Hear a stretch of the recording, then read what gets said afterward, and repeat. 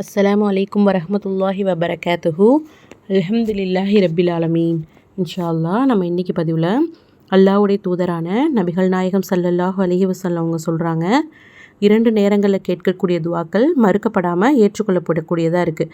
அது என்னென்ன நேரங்கள் அப்படிங்கிறத பற்றி இந்த பதிவில் இன்ஷா அல்லாஹ் நம்ம பார்க்கலாம். நாம் கேட்கக்கூடிய துவா பல நேரங்களில் ஏற்றுக்கொள்ளப்படக்கூடியதாக இருக்குது. அதில் இந்த 2 நேரங்களில் நம்ம கேட்கக்கூடிய துவா அல்லாஹு தாலாவிடத்தில் மறுக்கப்படாமல் ஏற்றுக்கொள்ளப்படுறதா அல்லாஹ்வுடைய தூதர் சொல்கிறாங்க.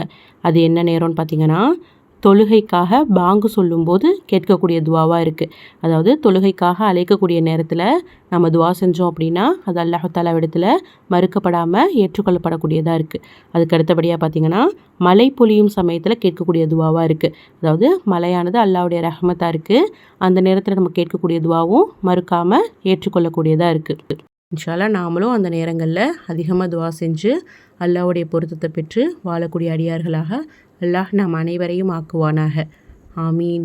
வாஹிர் தஹ்வானா வல்ஹம்துலில்லாஹி ரப்பில் ஆலமீன். அஸ்ஸலாமு அலைக்கும் வரஹ்மத்துல்லாஹி வபரகாத்துஹு.